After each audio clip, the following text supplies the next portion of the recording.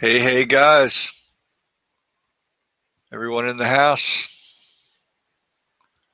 Let's see what we got going on. Good. We got a long list of attendees. Cool. Give me just a minute. We're going to bring Andres on. I want to make sure that the dude is here for the beginning of the webinar.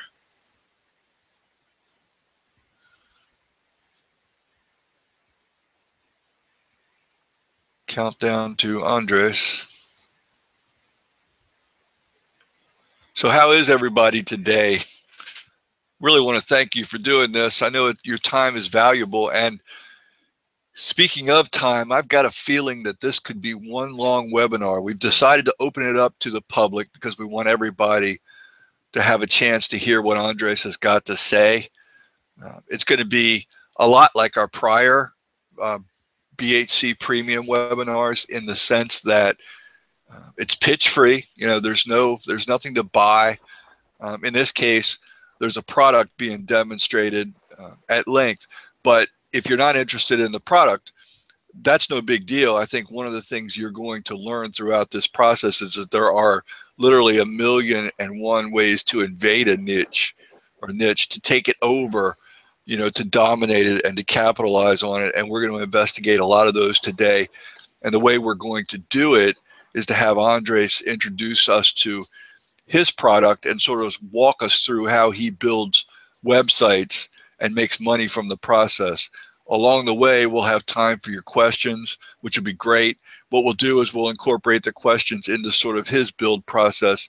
He can tell you how it relates to both SERPshaker and then sort of how you might be able to adapt the concepts that he uses to the kind of methods that you use or the projects that you've got going on.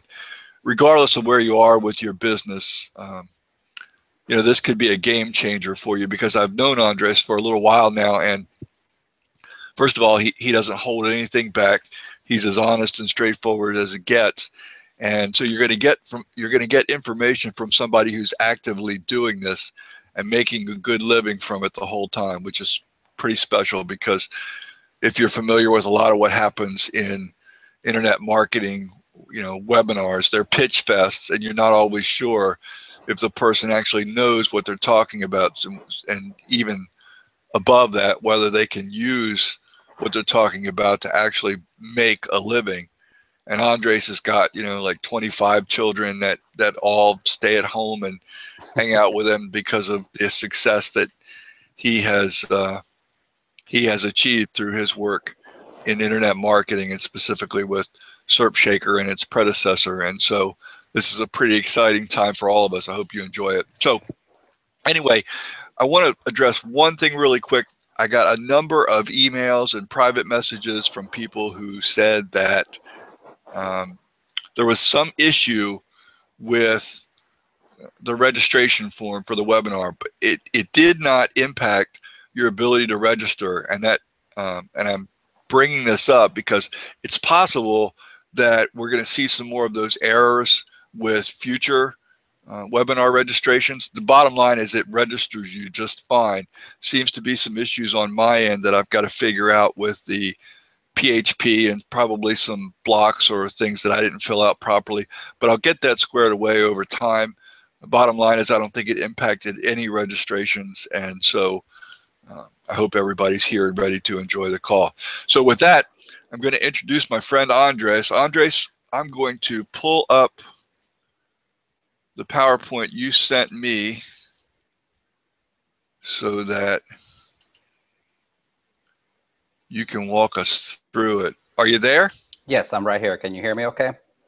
Perfect. Absolutely perfectly fine. Okay, awesome. Can you see the PowerPoint? I can, yes. Okay. Rock it, man. And when you're ready to start the build, then we'll get in there together and I'll help you work through the questions that we get in the chat window. Okay, I'll take over the presentation then.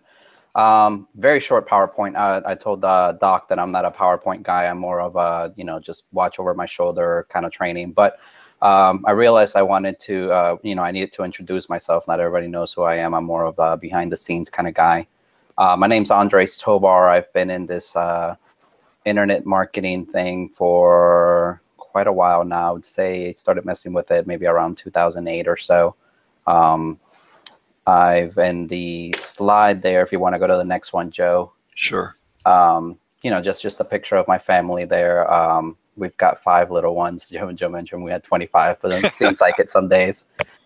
We do. I work from home. My wife stays home with them. They're all homeschooled. So yeah, we're a little crazy. But for me, the internet marketing lifestyle was not about the fancy cars, fancy things. It was about family. So that's what that's what kind of motivates me. That's what drives me. I've been, like I said, involved in internet marketing. I started out as a carpet cleaner. I had my own carpet cleaning business, and that's how I learned the internet. Is I needed to get more clients for myself. So when I started the carpet cleaning business, instead of going the typical route of getting business cards and getting the yellow page ad and doing all that, I decided that for me, what I was going to do was I was going to get my clients through the internet. And it was kind of new back then for service type industry, but I just kind of went at it. And, you know, if any of you have been doing internet marketing since back then, anything local back then was just very fast. I mean, within a month, we had the #1 spot in the city we were in Google and Yahoo. We pretty much dominated the first page. So it was a lot of fun. And that's how I started out. And just randomly, you know, to kind of give a little background into my story, randomly at a marketing conference for carpet cleaners, they started talking a little bit about internet marketing and, you know, how it really didn't apply to the niche. And I kind of just intervened a little bit and told them what I was doing with the internet and how we were generating all these clients. And they actually booked me to come out and do a presentation the next time around on what I was doing. And at the time I was just doing it as a way of just sharing what I knew, you know, what I had learned. That wasn't really interested in picking up clients or anything like that. But if any of you have ever spoken on stage or done a presentation, you know that immediately as you finish, you're going to get bombarded with questions and you're probably going to pick up some clients out of it. And that's how, you know, I evolved into a local business consultant. Is I did a few of those presentations. I picked up quite a bit of clients doing it. And that's how Local Pages Ninja, this is the, you know, going into the story of Surf Shaker, it used to be Local Pages Ninja. Back in 2011 is when we first launched Local Pages Ninja. And it was because I worked with a lot of those service businesses, a lot of carpet cleaners. And if you've ever worked with them, you know that they don't want to just rank for one city. They wanted to rank for a service area.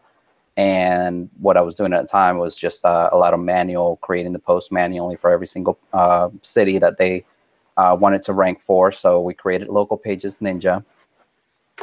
And we've been doing it since then, but that one was more geared towards just working with local businesses, only, you know, ranking 100 cities or so. And I ended up moving to AdSense, or trying out AdSense, because I figured just one day sitting in my office, I'm like, you know, I'm doing pretty well ranking these things in 100 cities or so. You know, what if I add a couple more cities? So I added a couple more 100 cities, and you know, my first test was, I believe I had like 1,000 cities loaded in, and it was still ranking just as good. It was bringing in traffic. I went ahead and put AdSense code on it, started generating there. So little by little, I've been evolving to where now every single one of our builds, we're targeting the whole United States, doing 17,000 cities or 40,000 cities, just depending on the list that we happen to use. But it's just been a process where we've been going little by little, making it better and better. And, you know, now it's Surf Shaker, but it's definitely the one tool that I use in my day-to-day business, because we continuously are pumping out more and more sites. That's pretty much, you know, what I had planned as far as the background. I told Joe that I wanted to just literally jump into a build and kind of take you to everything step by step. Yeah, sounds great. I know everybody's super excited about this. The comments are just crazy. So set this up for us, Andres. What kind of let me say this. I have seen people in the months that I've sort of been involved. I bought Surf Shaker, I guess, back in September, whenever you guys first released it. Mm-hmm. And I didn't know what I was doing with it. It's got an immense amount of power, but I had some confusion getting out of the gate, and it's one of the reasons why I thought a build today would be such a really cool idea. But I have used it for some lead generation. I have not used it for affiliate offers, but I hope you'll at least touch on some of that today. And I have been recently, as you know, probably in the last, I don't know, 10 or 12 days, I've been using it to create a string of AdSense sites. So I'm hoping that as we go through this build, even though you might be building one type of site, just out of respect for the fact that, people come at this so many different ways. There will be people who might want to use it for pay-per lead, lead generation, or affiliate, those kinds of things. Maybe we could just help me keep on track with that, so that we give everybody a little bit of what they can use when the webinar's wrapped up and they're stuck there with their copy of SERPshaker trying to figure out how to adapt it for themselves. Absolutely, absolutely. I mean, the beauty of it really is that no matter how you're going to monetize it, the build process doesn't really change.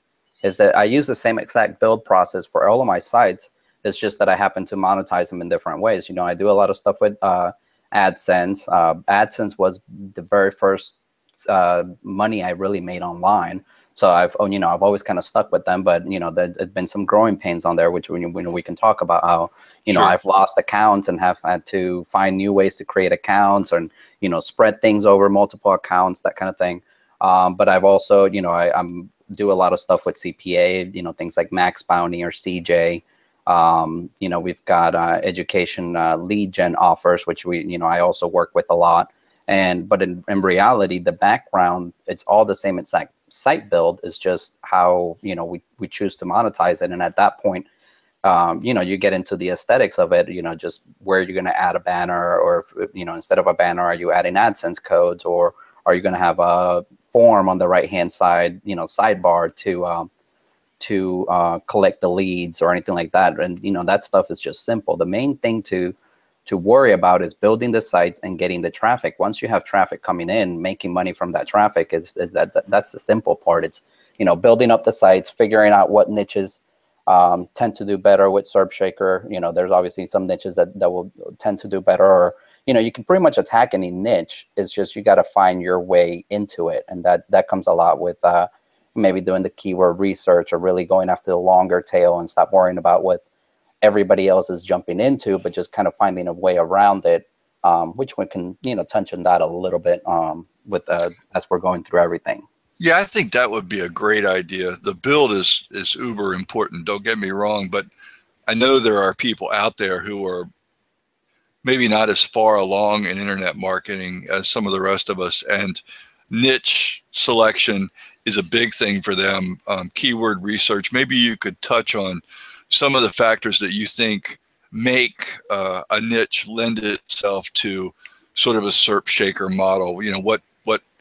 What kind of research do you do to determine new niches? And then when you have determined those new niches, how do you use keyword research to frame up the content and the tags that you use, the categories, all that kind of stuff? I think would be great to share.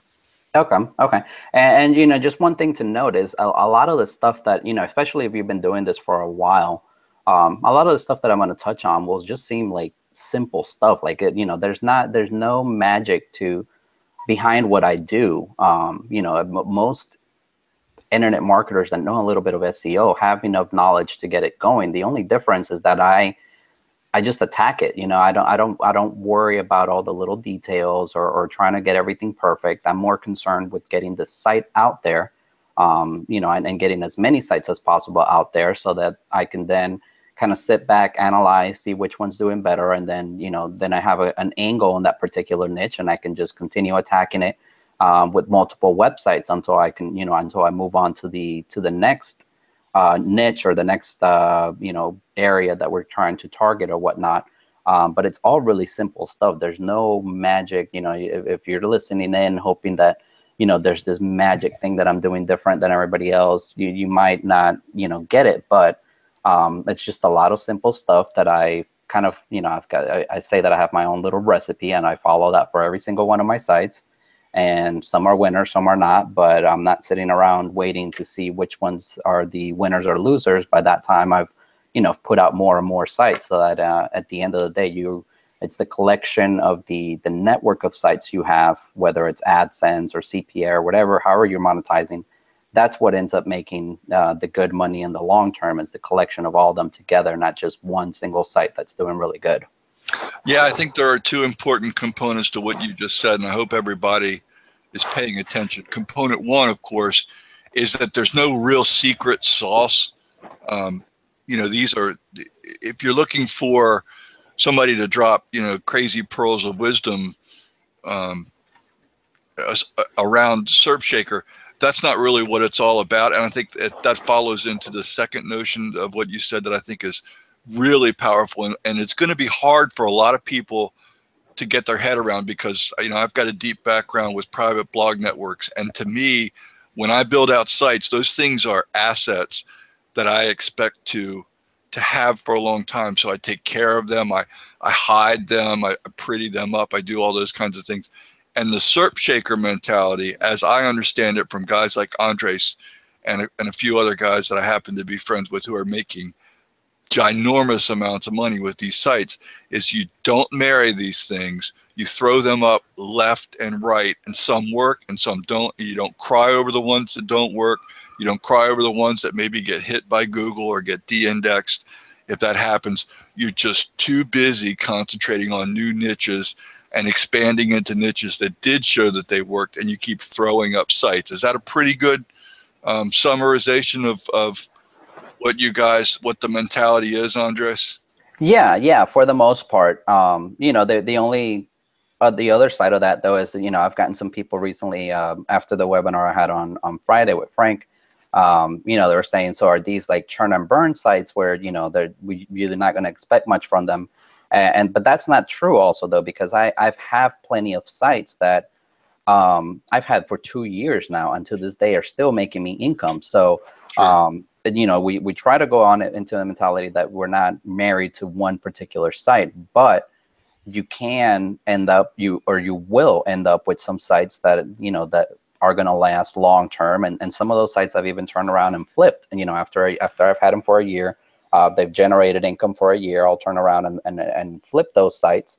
And, I stay in touch with the people that have purchased my flips, and to this day, they're still doing good. So it's not necessarily, that every single one of them is going to die out, or you can't expect much from them. But if you've got the mentality, it allows you to really take the approach of building up your network instead of just focusing on one or two sites. And, it goes completely against the grain of the typical money site idea, like you said, that, we're building up this asset, or, people are like, I want to build an authority site, and they spend all this time on their site and, trying to make it better. So of course, when Google comes along and does something to it, they've wasted all that time. Whereas, I spend maybe 30 minutes tops on each of my sites. So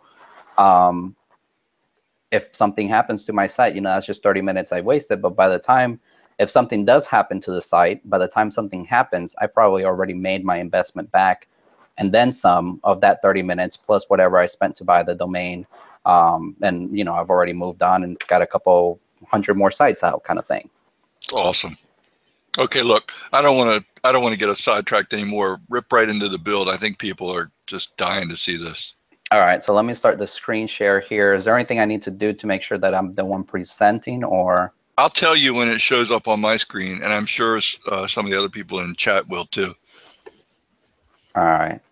Let me know if you see the keyword planner here, the Google keyword planner. Let me stop on my side.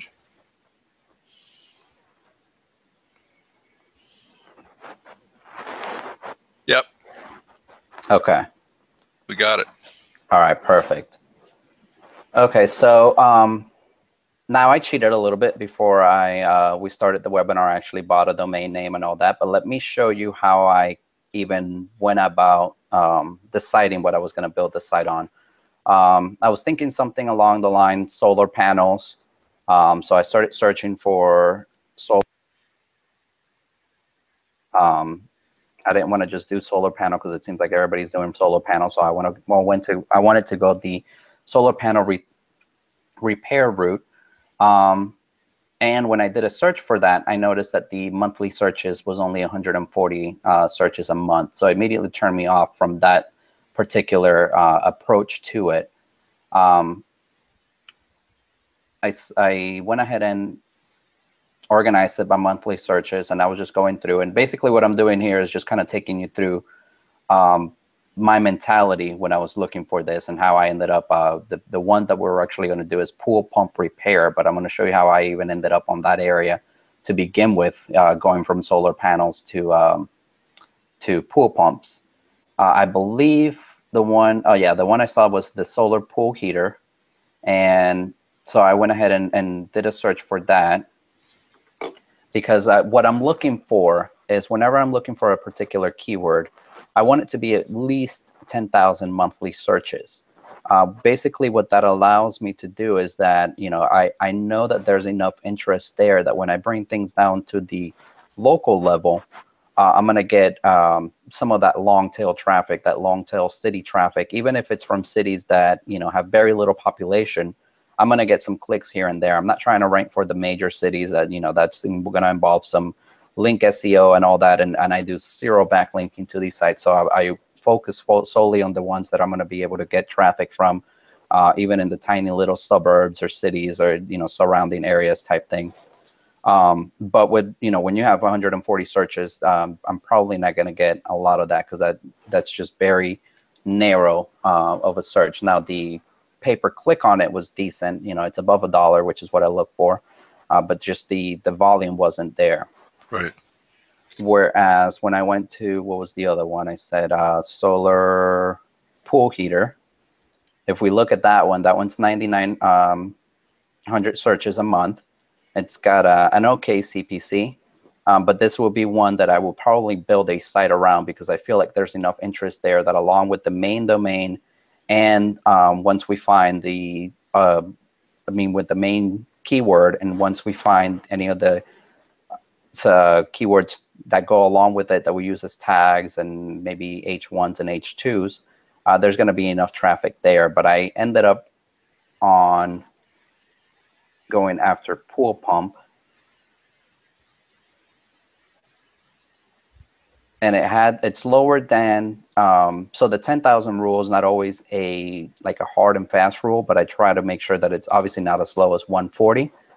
But I try to go with keywords that are around that to get that traffic. And pool pump might not have as many, but then when I add a lot of those extra keywords in there, there's going to be enough traffic there to where at least I'm going to make money. Like I said, I'm going to make my money back in the time that I spent building it, and the what I purchased the domain for, and then anything after that is just profit. So, right. I may make even if I make $100 out of this domain, if I've got 100 of these, it just adds up over the span of the year. And that's the mentality that I like to keep with these sites. Is I'm really just going to trying to make sure that I make my money back, the investment that I put in originally, and then after that everything's profit. But when you have it making money, especially with AdSense, where it just makes money day in and day out, just that profit just adds up really quickly. Indeed. And I ended up going with pool pump repair. Let's see, I checked the metrics for that one. 1,300. So I'm going to do a combination of pool pump repair and pool pumps themselves. So I'm going to, we're tying in the 1,300 here with the 6,600 from the first one. And then, we're going to go through this once again, and combining a lot of these different keywords to make some of the tags. So we're going to be bringing in traffic from a lot of different suggested type keywords, like these, just adding the S doubles the traffic. So we're going to do little things like that to make sure that we're getting traffic from as many different keywords as possible.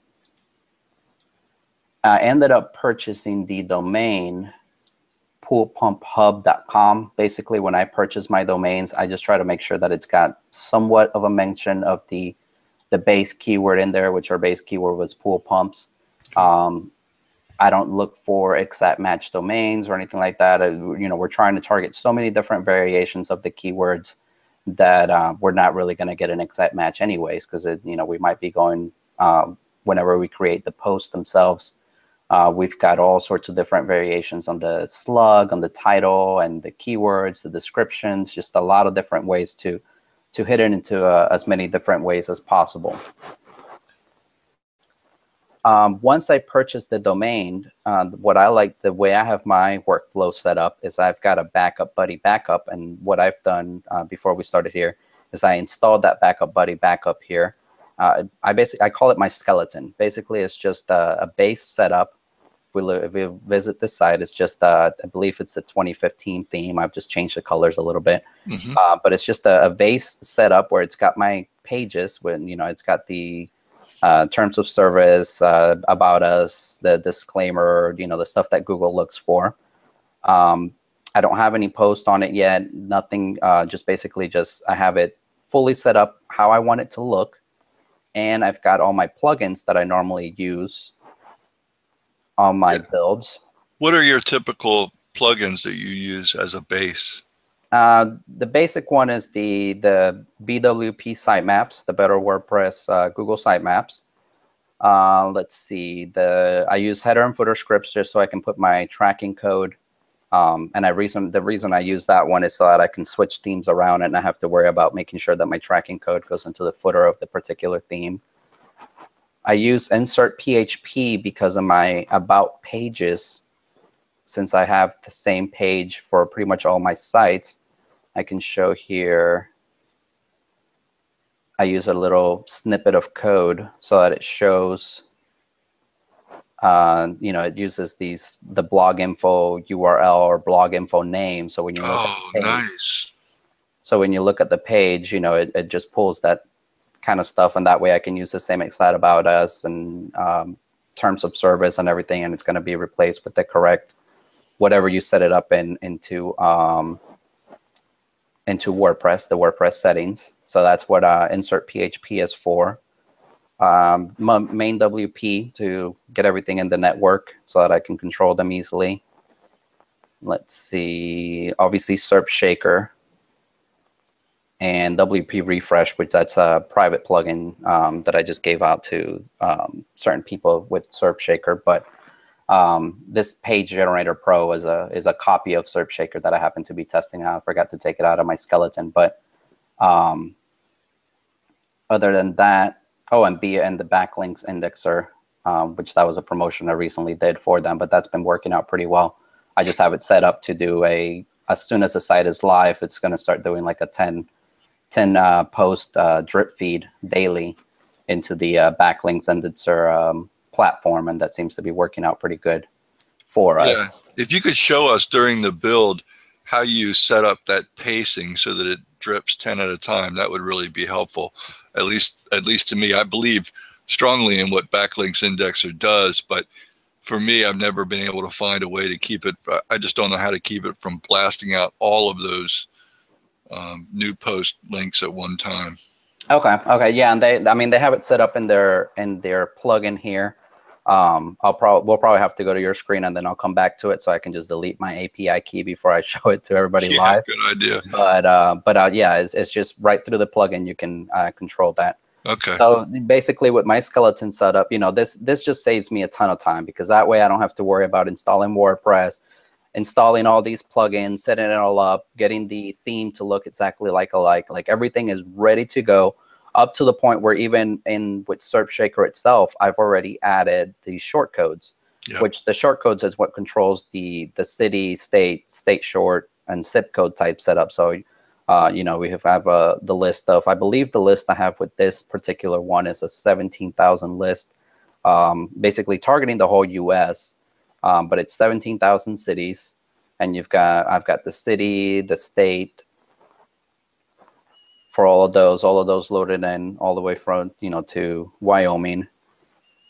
And then the same thing for the state short, it's just the abbreviation, and then the zip codes for those particular, and everything matches up 1-to-1. That's one of the main things that people ask me all the time is, how do you make sure that, this particular city here, this A bill matches up with the zip code. And it's just all done through, if you have Excel, the Yep. easiest thing to do is just open up an Excel sheet and put in all your short codes and make sure that everything's matching up 1 to 1. I believe I can just show real quick my, let's see. Got the, and by the way, guys, there are a bunch of different variations of these lists available. So if you own SerpShaker, or if you are buying SerpShaker, we can help you find those. I've seen one that has an entry for every zip code in the United States, and I believe that was something like 42,000 lines on the spreadsheet. And I actually eliminated duplicate city names so that if Baltimore, for example, had 34 different zip codes, you know, I just wanted one entry for Baltimore, and that took it down to right around 30,000 names. And I don't know how you narrowed it down to 17,000, Andres. Is that population based? 17,000. See that when I first started with building my sites, I just went straight to the Google API. I forget, what was it? Google API.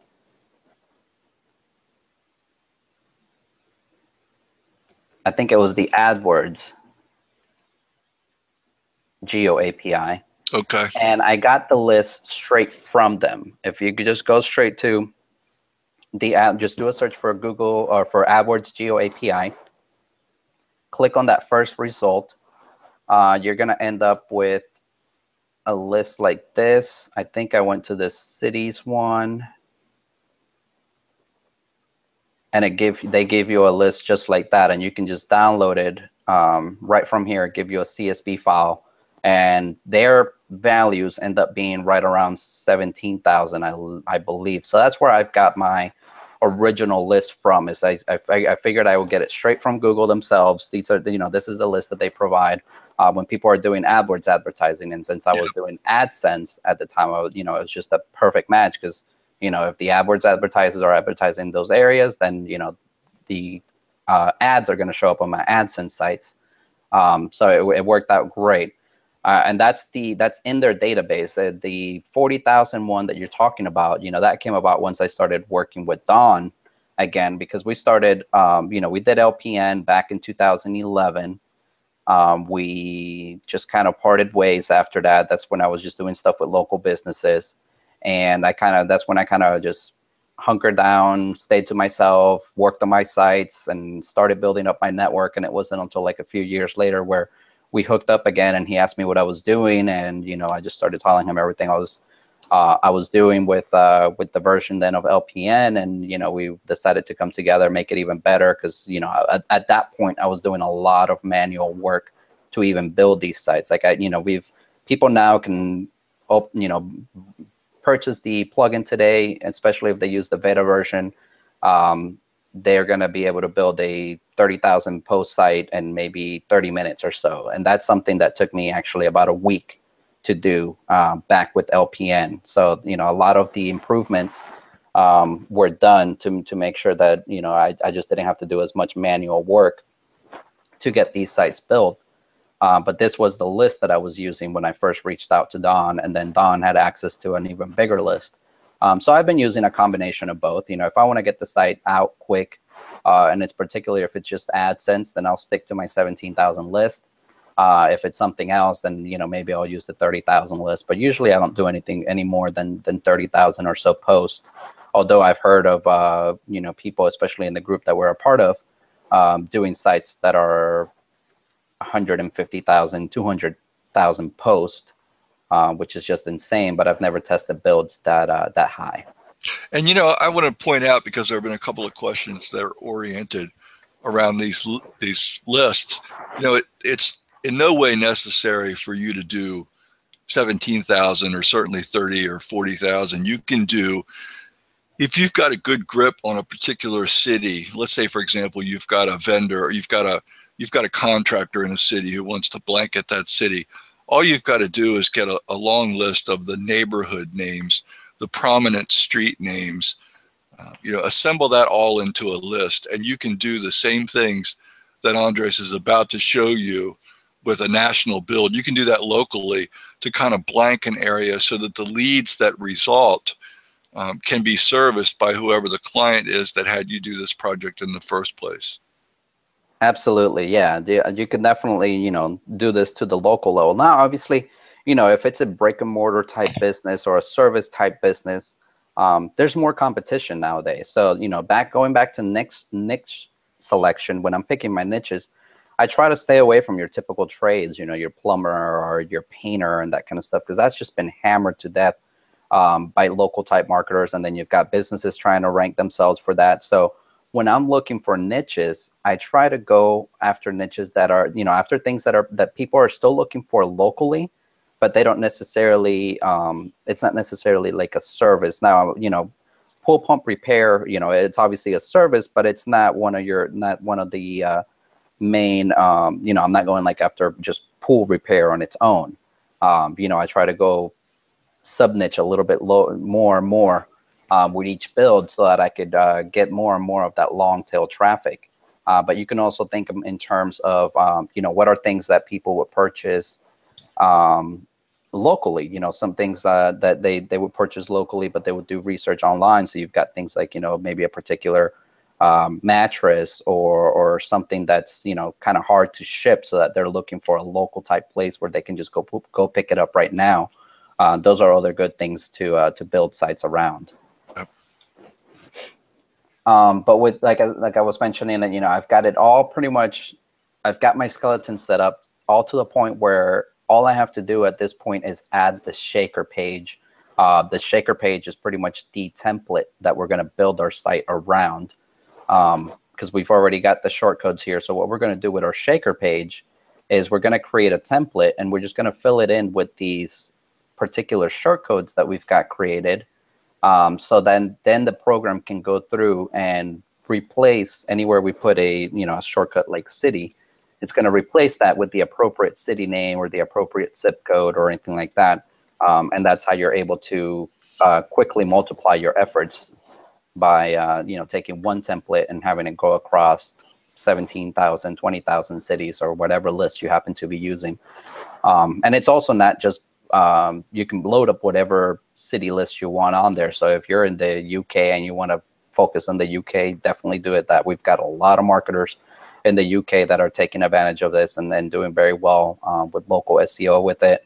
Australia as well, just anywhere in the world really that you can work with a WordPress website.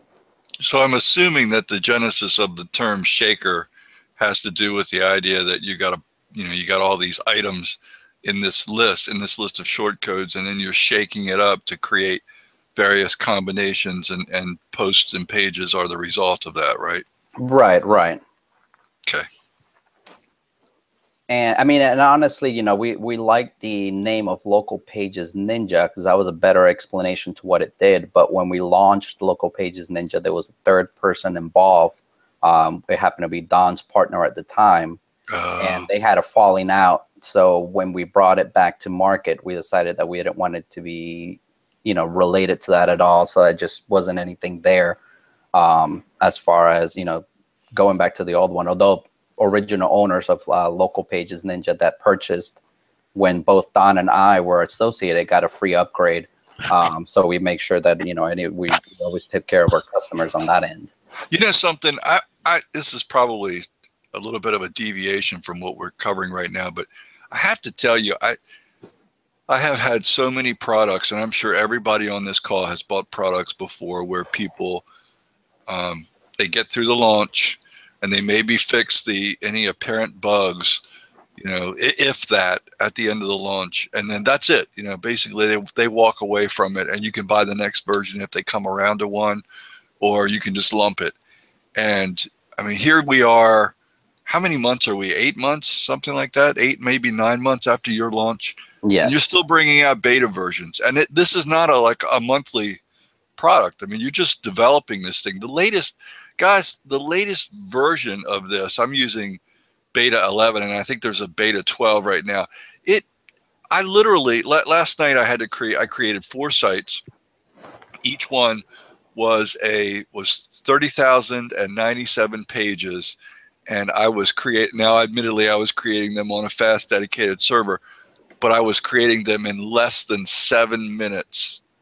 All 30,000 posts were done. That to me is amazing. Now, when this product was first released, it was much less quick, and I had a lot of server timeouts and stuff like that. Part of it was because I was on shared hosting, and with some of this stuff, and over time I've upgraded my my computer capacity. But man, Andres, just my hat's off to you, because I don't know of any other creators who just go that extra mile. It's really pretty special. Well,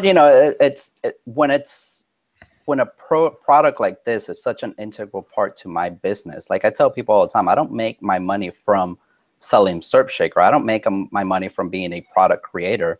I make my money from my actual site. So anything that I can do that's going to make it even better for me to make the sites faster, to put them out quicker, any little shortcuts I can do, I'm going to add them. And I like giving back, so I'll go ahead and release that as an update. I could just do the upgrades for myself and just kind of keep it into my personal use version. But anytime that I do, find a way that's going to make it faster for me, I just go ahead and package it up and release it as an upgrade. And that's what I've been doing, over the past couple months, and any little tricks here and there, we see here all these visual editor type shortcuts. These are all things that, I figured would just save me a couple seconds here and there. And I just released it as an upgrade. And if you notice, selfishly, a lot of these shortcuts here, if you click on them, they're pre-filled in with a particular shortcode. That's just because that's how I use them in my business. And so it just saves me time. If you have a different setup, you might have to change that out. But I just wanted to do things like that just cut down on the time. And then as far as rewriting the code to make it post even faster, that's just something that I've been working on for a couple months until finally broke through and was able to get it to post that fast. But I mean, it's been a huge change because I can do a lot of testing now, testing that I wanted to do that I just didn't bother with because it would take me a while to put the site up. So I would just focus on the niches that I knew were going to make me money. But now I'm able to expand into more and more niches and do some more testing just because of how quickly I can put them out. Yeah. How do you index? Do you just use Backlinks Indexer now, or do you still use SemiEasy's Index Assault or any variations like Frank's Pro Pinger? How do you do it? Right now I'm using, I still use Crazy Indexer, which is Don's product. Oh, cool. I didn't know about that one. I use Crazy Indexer, and basically once the site is done building, I'll go to the sitemap, grab maybe like 10, 20 random URLs, and I'll drop them into Crazy Indexer. And that's all I do, just to get the ball rolling. If we, once we get into the setting up the page here itself, if you do all the interlinking and stuff like I showed you, it should index pretty well on its own. I just, like to get the ball rolling. But even if I didn't do that, eventually, a week or two later, it's going to get indexed.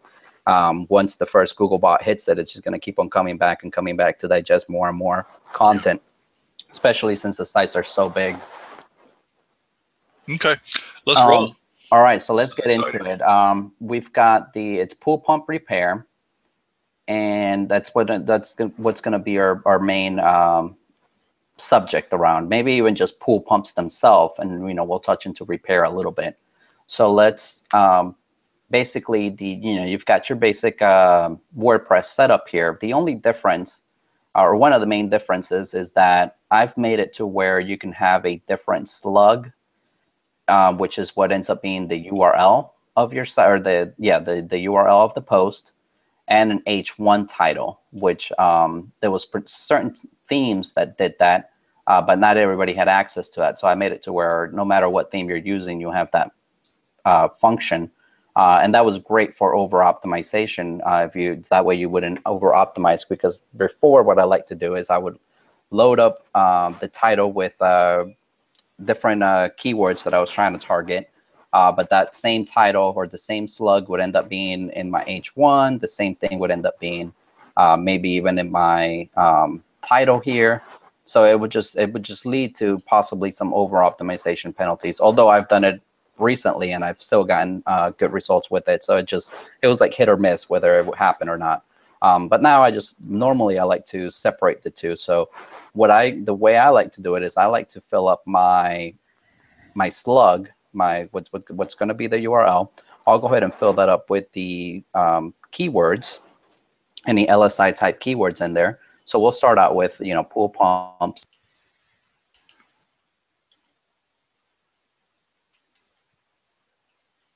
So I've got the 3 different, I've got the city, the state abbreviation, the zip code, and then we'll do something like repair service and state. And actually, I can get rid of in on these because this is just going to go in the slug. We don't have to make it pretty.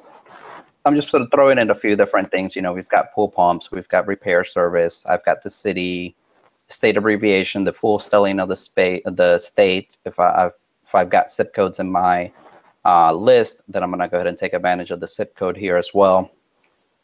And this is going to end up being the slug of the post. Now for the actual H1, I might just do this first part of it. I'm not going to do any of the additional type keywords. And I can just put that right down here in the Shaker page SEO settings. And then this one we can do pool pumps in city, state, short, zip.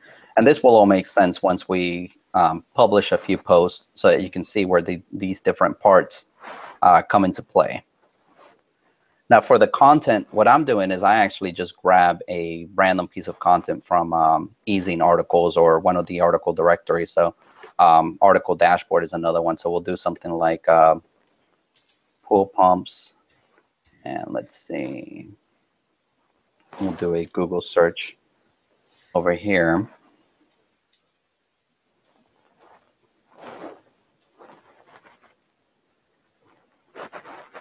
If Google other sites to load up. Okay.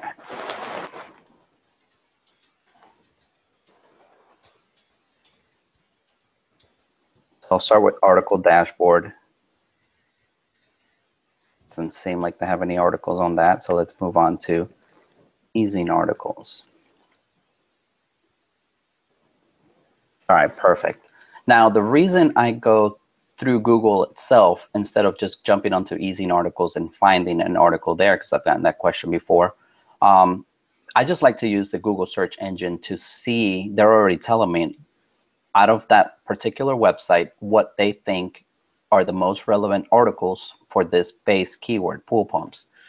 So I know that starting out right out of the gate, I'm going to have an article that's in Google's eyes very relevant to the particular keyword or the base keyword that I'm trying to rank for. So, if I were to go through Qzx900 articles, they might go off of maybe views or just something different. But I'm just I like going off of what Google sees as highly relevant for those particular keywords. Yeah. And I'm going to open up a few of these. And see if any of these are a good fit.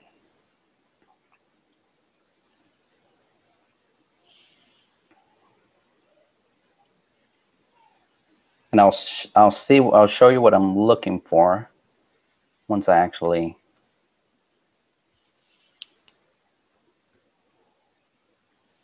These are a little bit too general. Let me see if there's anything about repair.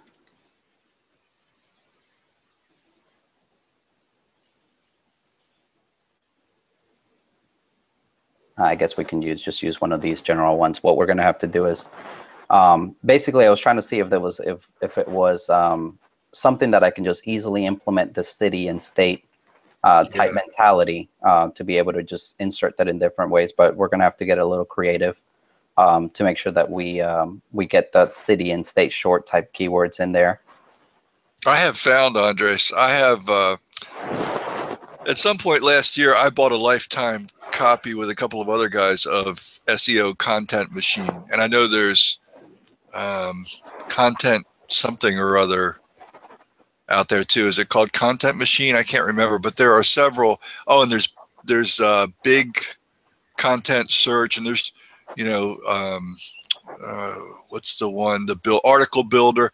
There are a number of different services out there. Some are limited in terms of what niches they cover, and then there's just a whole world of PLR.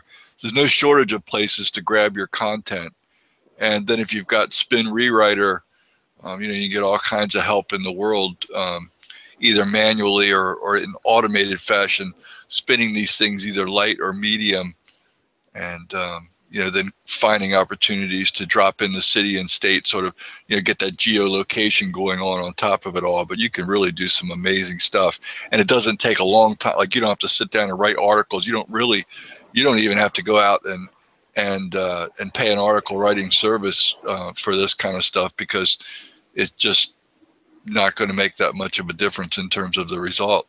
Right. Now, the only thing that I have to say to that is that there was a period of time when we went through iWriter and purchased the highest quality tier that they have for our sites, because with this easing way of copying articles, you are kind of just stealing the content a little bit.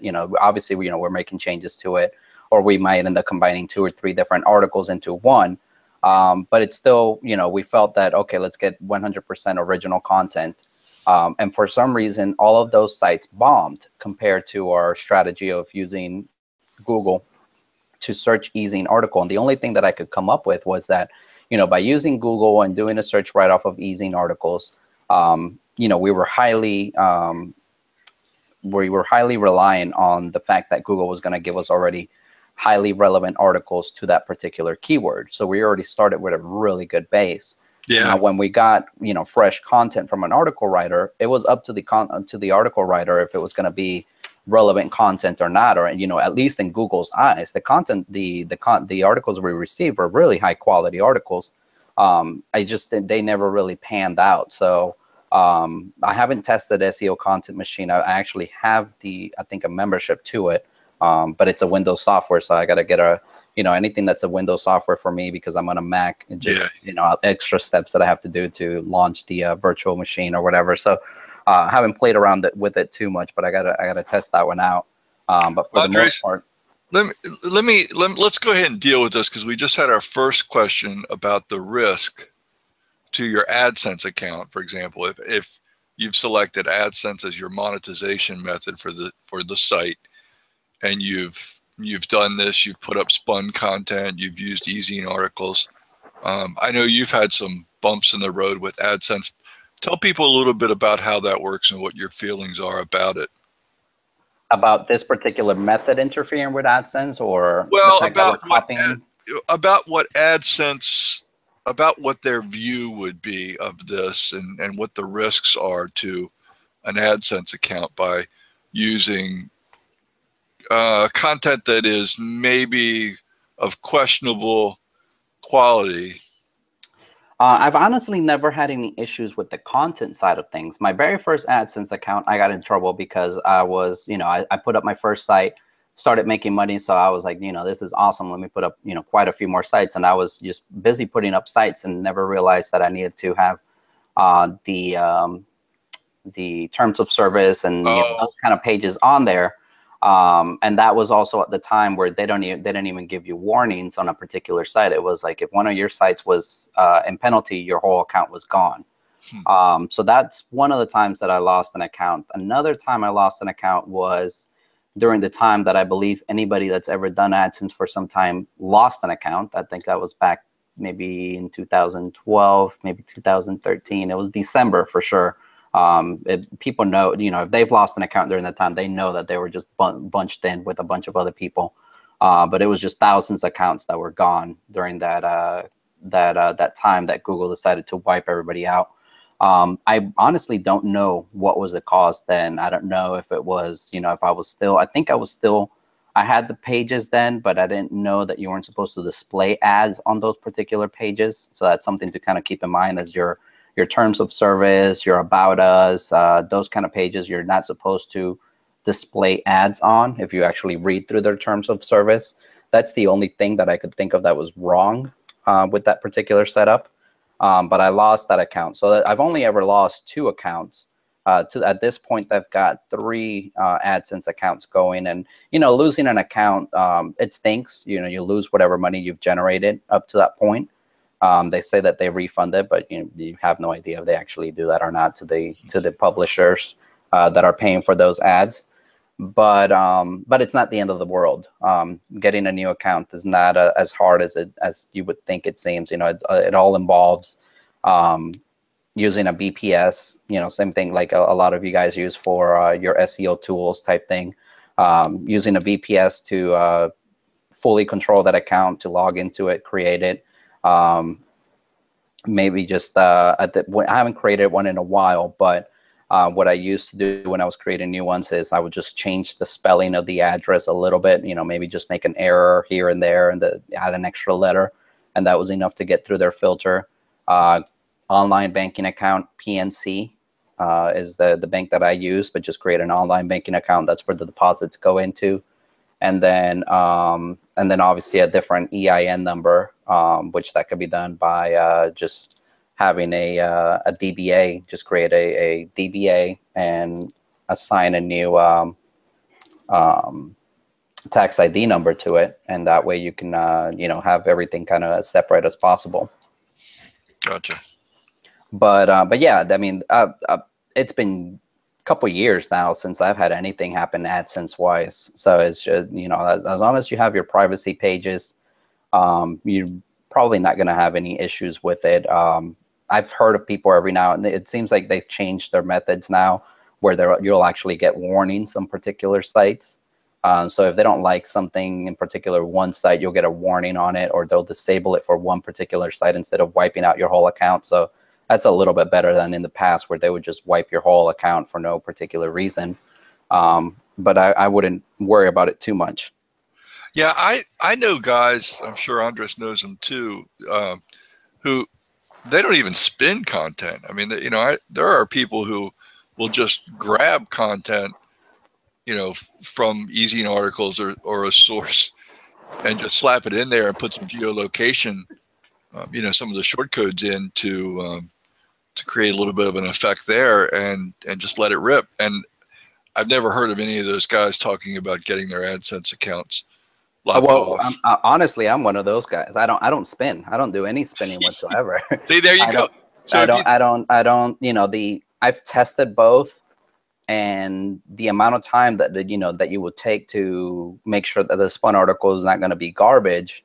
Plus, that extra step, it didn't seem like it added any extra value as far as how well I was ranking or not ranking.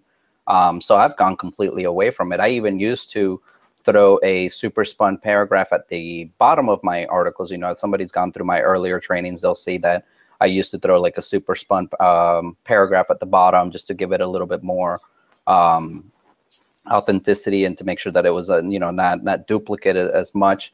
But I even don't do that anymore. I feel that with a lot of the extra things that we've added, like the weather, the video, the map, a lot of those all of things, which you're going to show, right? I mean, right. So let me jump into that. But a lot of those things, it just adds to the making sure that it's very unique to that particular city, and that's really what we've got. I just copied and pasted the article here. We know that this article is very, very relevant to pool pumps. I mean, that's what I put into Google, and that's what Google, showed me that this was the #1 article that's relevant to pool pumps on Easy articles anyways. So we know that the relevancy is there for pool pumps. Now what we need to do is we need to bring that relevancy down to the city level. So that's all we're going to go through this article, and just see wherever we can squeeze in this city, state, short, SIP combination. That's the one that I like to work with the most. It's just city, state, short, SIP. Every now and then I'll throw the full spelling of the state, or I might throw the city by itself. But for the most part, I just keep those 3 together. It's just easier to kind of copy and paste when you're going through. And, for me, it's just speed of things. It may not read perfectly fine, but, Google picks it up, ranks well, and people end up clicking on the ads. That's all I really care about.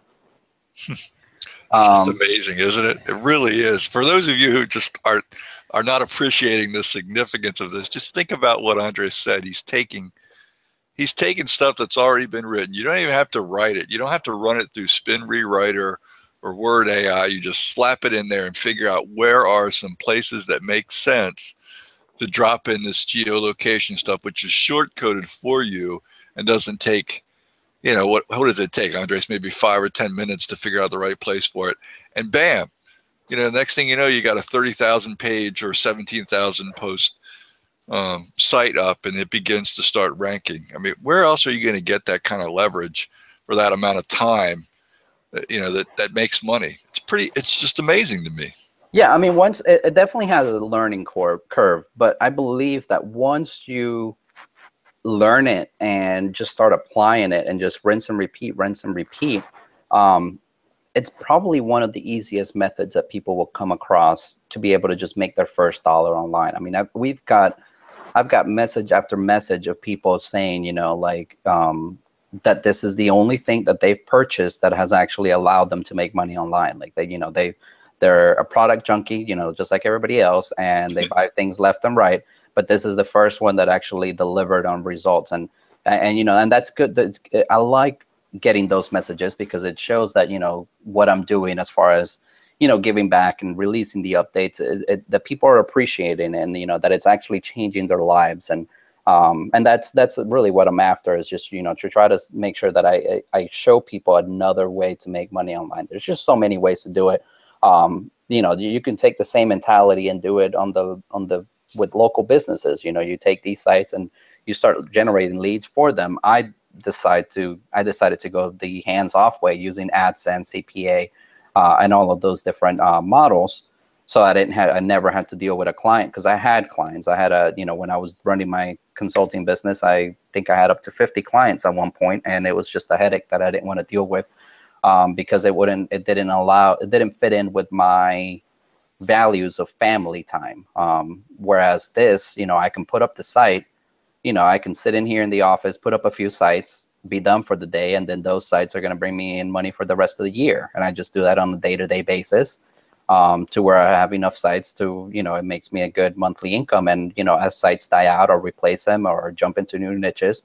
But it's just that rinse and repeat mentality. You do the work once and get paid for it forever. Got it. So what I'm going to do here is I'm going to go through the article and see where I can just throw in this city state short SIP. So this part might be a little boring, because I'm just going to read real quick and try to see wherever I can throw it in. Not to distract you, but do you look to do it a certain number of times? I mean, I know that for me, I put it in with the map, which you're going to show before it's over with, and then I try to do it 2 other times in the course of maybe 900 or 1,000 words. What's your density? I mean, I don't look for a particular amount. Yeah. It's just wherever it makes sense to throw it in. And normally usually at the very beginning, I like to throw something in. So I don't see a way to do it here. So maybe I'll do something like, you know, are you interested in swimming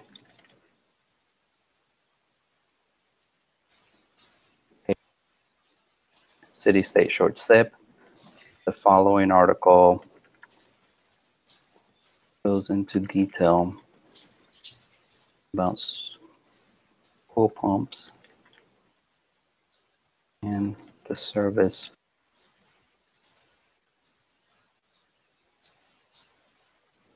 So you know, a lot of times the article will allow you to put in, you know, pool pump repair right into the first one, but this one was a little bit weird. So I just wrote the first paragraph on my own. And what I'm going to do is I'm just going to take this first notice of it and just make it bold.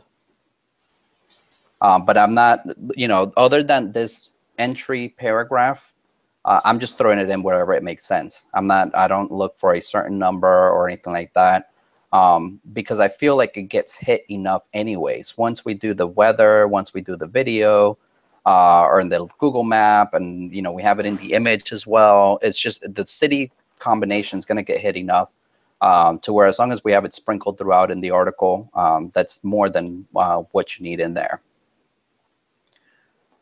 Let's see.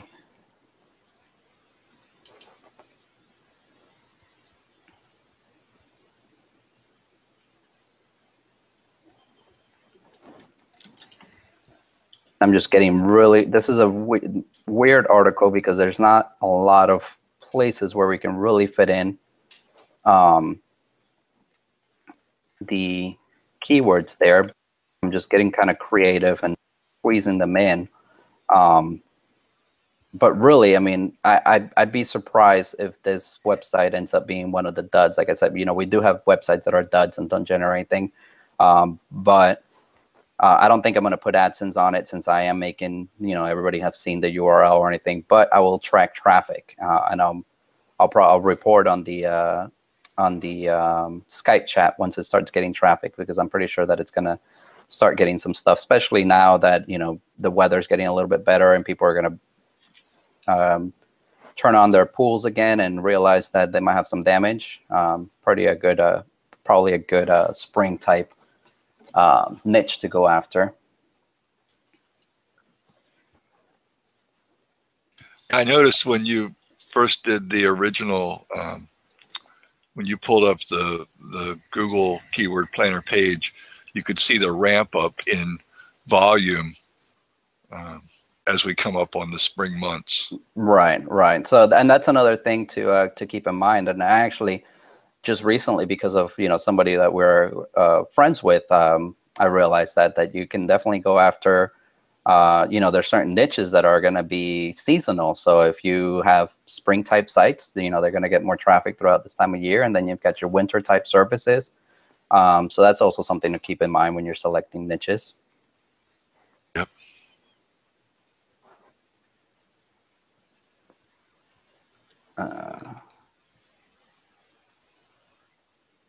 This part here is, this is what takes a little bit longer, because you do have to go through and just see wherever you can squeeze that in. And if you're taking time and actually, you read the article, you'll see that it may not fully make sense, but I'm just squeezing it in there, at least, maybe like once a paragraph or so, or I've skipped a few paragraphs. And, like I said, I don't have a hard number that I'm really going after.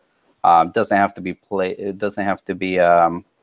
perfect. It's just, just squeezing it in there. Google will pick it up. It will rank. It will get traffic. If it gets traffic, no matter what monetization method you got, as long as you got traffic coming in, you're going to make money with it.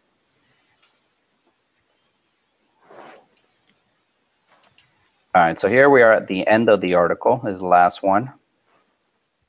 The last paragraph here. So I just squeezed in city, state, short, SIP, anywhere it made sense.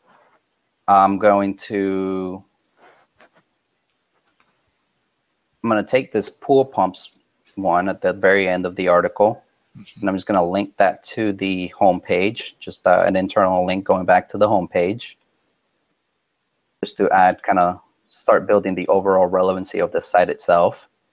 Then I'm going to, now that I've gone through and inserted all my city, state, short, SIP, I'm going to go through and figure out how to interlink this. We've got one of the features in SERPshaker is these next post, previous post, and it's just a way to interlink your post using anchor text. Instead of doing the basic, a lot of times WordPress has a built-in function where they'll do the next post or previous post, but it's either at the bottom of the post, it's just going to say next post, previous post, or it's going to go based off of the post title itself. That's how they hyperlink it. By using our built-in function, you choose what the anchor text is going to be. So for one of them, I'm going to do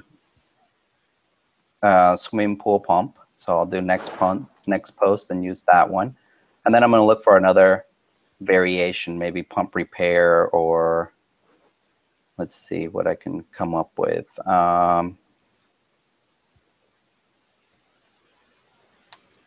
Local pool company. This one's cool.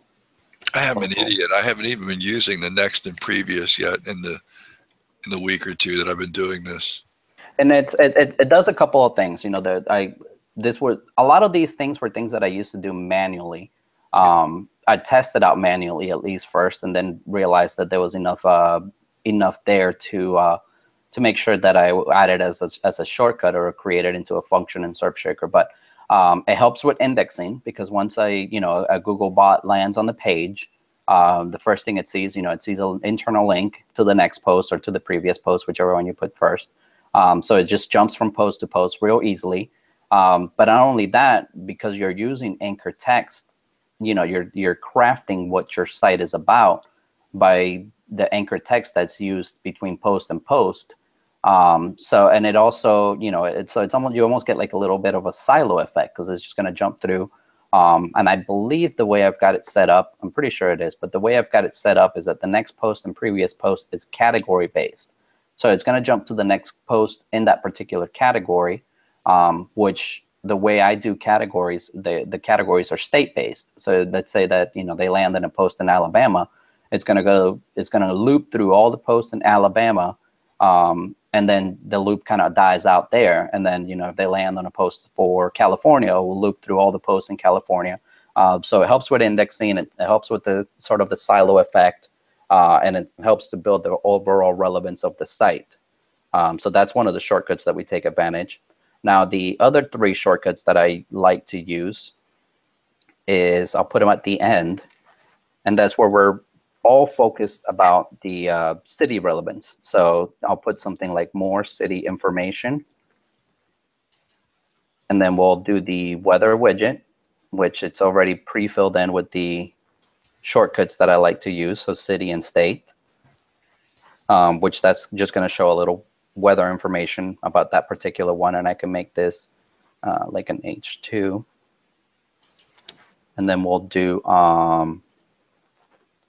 a video, and it's asking for what the keywords are. So I'm just going to put in pool pumps.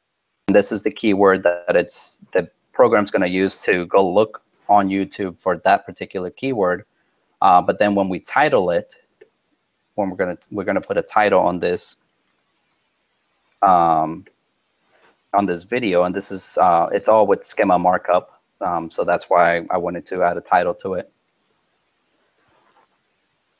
We can just use the city and state short combination here. So cool. Excuse me. And then finally, the last one is, I'll do something like other cities in state you may be interested in.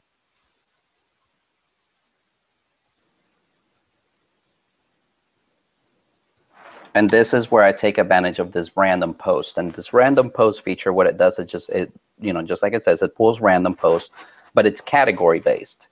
Just like the next post and previous post, it's category based. So let me set the category first.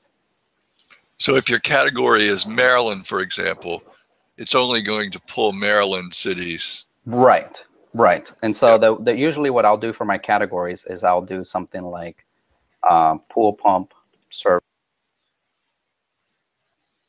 So it's going to replace that, pool pump servers in Alabama, pool pump servers in Alaska. It's just going to go through the state list and do that. Yeah.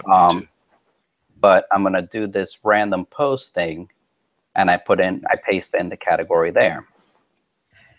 And this one can also be an H2. Okay, so the only thing I haven't done is I haven't added a map. Normally I like to do that towards, actually if it's AdSense, I'll do it towards the middle of the site because I don't want that detracting away from where my AdSense ad unit's gonna go. Which I typically will do like one of the square ones up at the top somewhere using Easy AdSense. And then one in the middle and one at the end. Still testing out placement, but that seems to be working out well. And so we've got the map, which I added, basically was just a shortcut, inserted that in there. And we also need an image. So let's grab an image. Probably have to just do pool pump. Let's do one that we can actually reuse.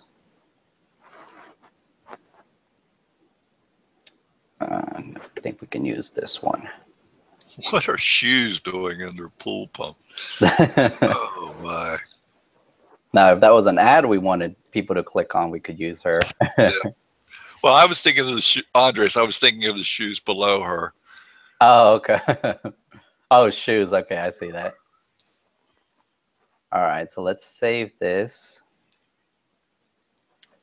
Yeah, I can save now. Before I save the image, I'm gonna make sure I get my keywords into the image title. So pool pump. Go back to documents. Don't want to give everybody my niches. Yeah, don't There. Pool pump repair at JPEG. Okay, I'm gonna save that. I'm gonna open up that image and because it's huge.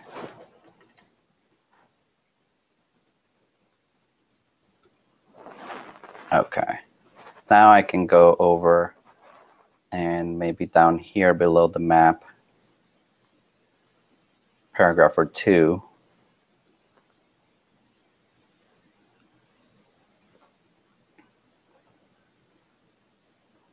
Add that. Now I'm gonna add the city. State short zip. The title, the alt description. Probably align it right, not linking it to anything, and insert into the post. Okay. So now our base article is done. All we need to worry about is the meta title, meta description, and the tags. So meta title will do something like pool pump. Andres, talk about the plugins at this point. SEO specifically, those plugins. Do you install any, and are any do any work hand in glove with SERP Shaker? Yoast SEO works with SERP Shaker.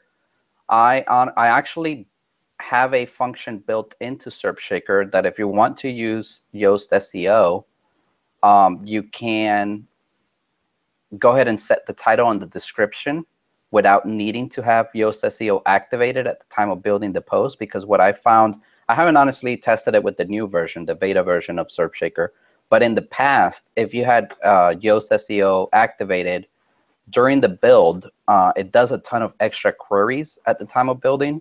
So it would really slow down the process of building the post. I don't know if it's going to do that with the new version, because with the new version of SERP Shaker, I completely just go around all of the WordPress functions, the typical WordPress functions for building a post. So it may not even be an issue, but it does work with Yoast SEO.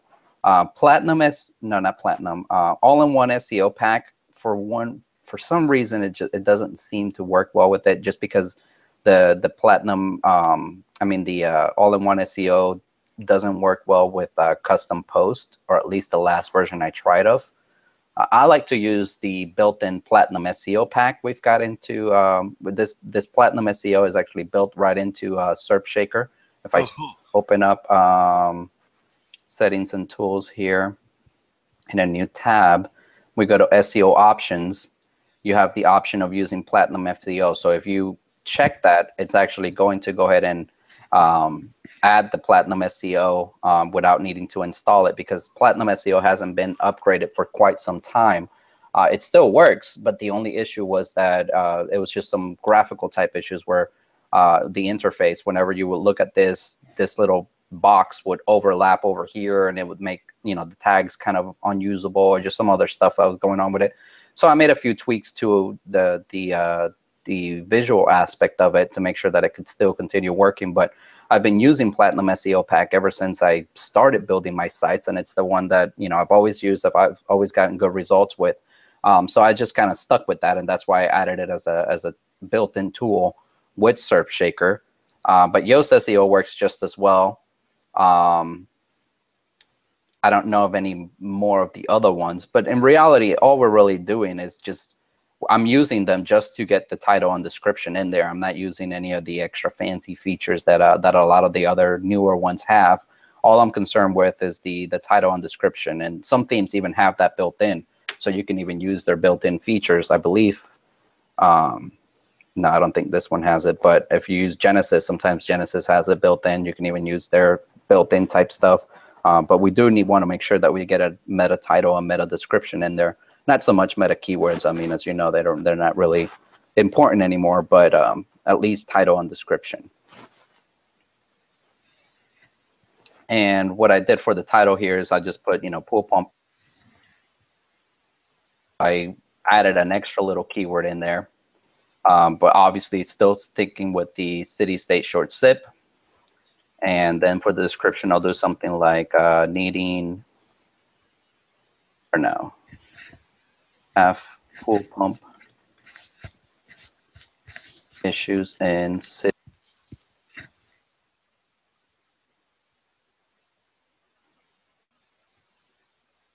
Looks like you went on mute somehow, Andres. There you go. Am I still here?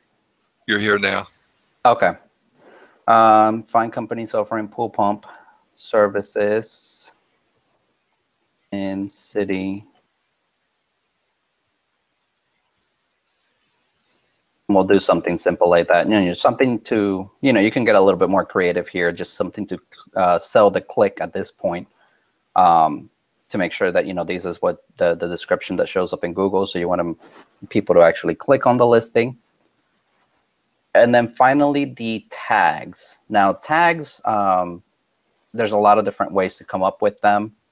What I like to do is I use maybe some stuff from Keyword Planner itself, where we have pool pump. You know, I did a search for pool pump, and but mostly I've been working with the Google Suggest type keywords, where I'll start typing in so these kind of things. And there's a lot of keyword tools that will pull out stuff from Google Suggest. Or you can also just go at the bottom here and grab some of these. So the search is related to it. So for this particular example, so I don't have to show up just a particular keyword tool, we'll use these. And this is what I've used for a long time, is the ones that show down at the bottom here. And I just quickly clean them up in a text editor where I got the keywords. I'm going to make sure that they are all nicely capitalized. And then I'll do a search and replace for this blank space and put in my short codes along with a comma, so that I got them all in one line. And usually the last one is missing that city, state, short combination. I'm going to take all these and jump over, add them as tags. And we'll do, normally I try to stick between 8 and 10 tags. I've got 8 in here, but I have been testing up to 20 now, and I'm still getting, because of the new version of SERPshaker, I can add 20 and not have an issue. So I'll do maybe up to 20 tags. And this is really your chance to get those long tails in there. And that's where, you know, a lot of my traffic actually comes from my tag pages, because they rank just as well. And you don't have to create specific content for them. Just because they are a tag, they will use this content that we have here, and they rank pretty well. And this is just things that I, you know, some stuff that I figured out just by testing. Because if you listen to the typical SEO stuff that's out there, some of them will even say don't use tags, because you end up with a ton of duplicate content. But then again, you know, when we're working with SERPshaker, it's all about duplicate content, and it all ranks everywhere. So adding tags in there is just an extra way to get more juice out of the site. Yeah, I've been using 20 tags, and I use long tails that I get from Longtail Pro, and I noticed that the ones that I've bothered tags with are getting so much more traffic than the ones that I did not do tags with. So for those people who are watching, you know, definitely take advantage of it. It's really powerful stuff. Yeah, usually with the main post, we're targeting the main keyword. Now, if it's the main keyword, a lot of time that main keyword is going to have some competition. It's not going to be as easy to rank. But with the tags, that's when we really kind of go after a lot of those long tails. And surprisingly, you know, there's going to be quite a few long tails that end up being really popular. And if you notice, in your traffic stats that a particular tag is getting more traffic than others, then take that tag and build a whole site around it, just to even capitalize more of that traffic. Let's see. I'm at this point, I'm going to go ahead and just build some test posts so that we can take a look and see, make sure that everything looks good. FYI, for people that didn't pick up on it because you don't spin, if you do choose to spin and you put spin tags in that description, in the description editor, in the editor window, it will take care of spinning it all out into posts for you. So yeah, definitely. And I've even got built-in functionality with Word AI and Spin Rewriter. there you go. If you go to if you put in your your email and password for Word AI or your email and API key, you can honestly set up the way it works is you set up the post like this, then you set it to spin. It's going to go through the API, go through the content, and it actually will create a new shaker page so that when you're looking at the shaker pages, there's going to be a new one created that's going to have all the spun syntax in it. So then you can just take that one and build out of it. But like I said, I don't do spinning, so I don't mess around too much with that. But that is built in for people that do want to spin. Or you can just go to your, basically go to Spin Rewriter, put in the content, bring it back into the shaker page and do the same exact thing. Does it only make one API call out, Andres, for each page? It doesn't do it per post, right? No, it just does that one API call for the template, and that's it. And, okay, cool. And then you get back a spun copy, and that's what it's going to use to create the content with. So it won't do it as it won't do it as a building out post that it's going to keep on calling the API and calling the API. Yeah, that would take days. That one. Yeah, and it will slow down the process. I'm all about what's going to make the process faster and faster. So so we've got the post created here. If we look at the very top, we've got the slug, which that's the one that I created longer on purpose because I've got pool pumps, I've got repair service, I've got the full spelling of the state. That's just that one there. Whereas here on the H1 title, we just have pool pumps in the city with the zip code. Going through, we've got the first link that pops up is I believe it's the next post, which this one just links to itself because I just did 10 posts and this is probably the last post in the loop. So once it reaches the end of the loop, it just links to itself. So the loop kind of dies out there. But the previous post later on, this one right here, does link to the previous city, Adamsville. We've got the little map that shows up, which is based on the short codes. The image should be I'm not seeing the little pop-up, but I'm sure if we inspect the element, we'll see that it's got the ALT tag with the city and stuff in there. Excuse me. Then I have the link going back to the home page. Then we've got the more info, which has got the weather widget. We've got the random video. And then the random cities based on Alabama itself. So basically, whenever you're creating these, you want to make sure you go through, make sure that everything looks good, because you don't want to realize you made a mistake after you built out 17,000 posts. So that's why I just do kind of 10, go through it, and then go back to the shaker page template, delete those 10,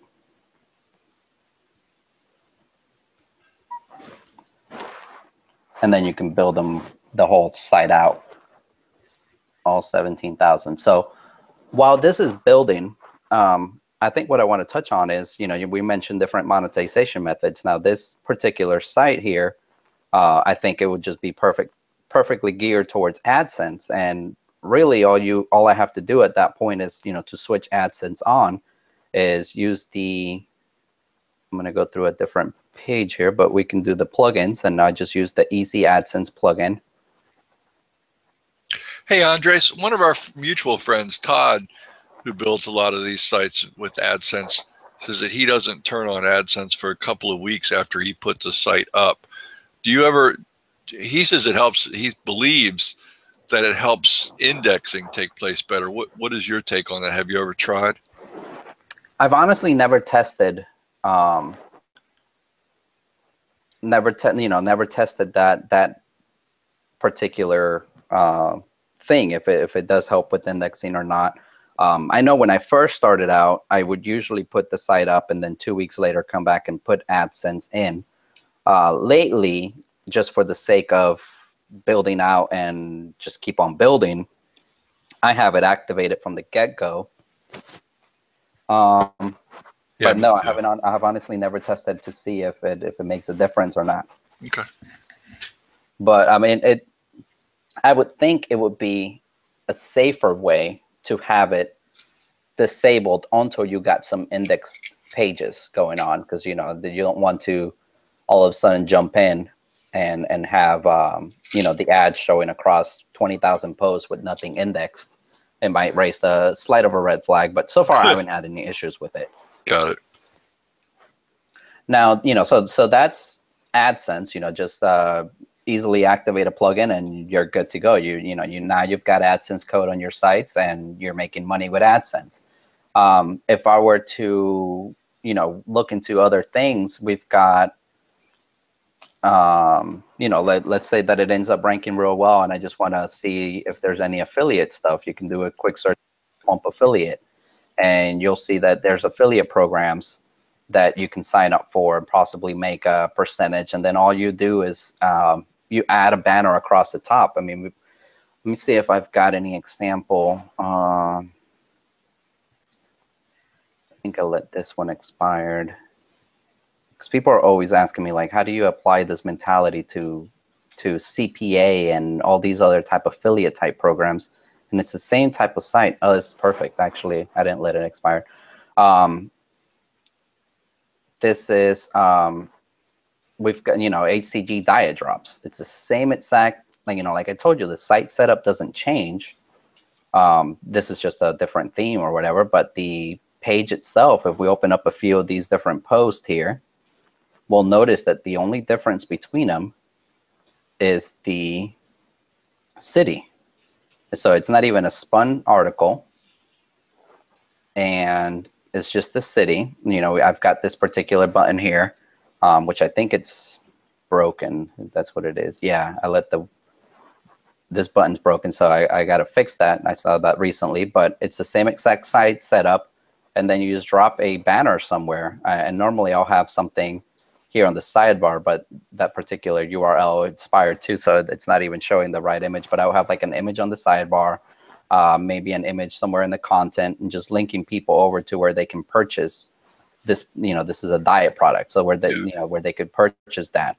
I've had better success doing it this way than doing the typical overlay way that some people advertise, where what they would do is they would build this kind of site, but then immediately overlay the offer on every single post. And I feel what's going on there is that you're kind of forcing people to that particular offer.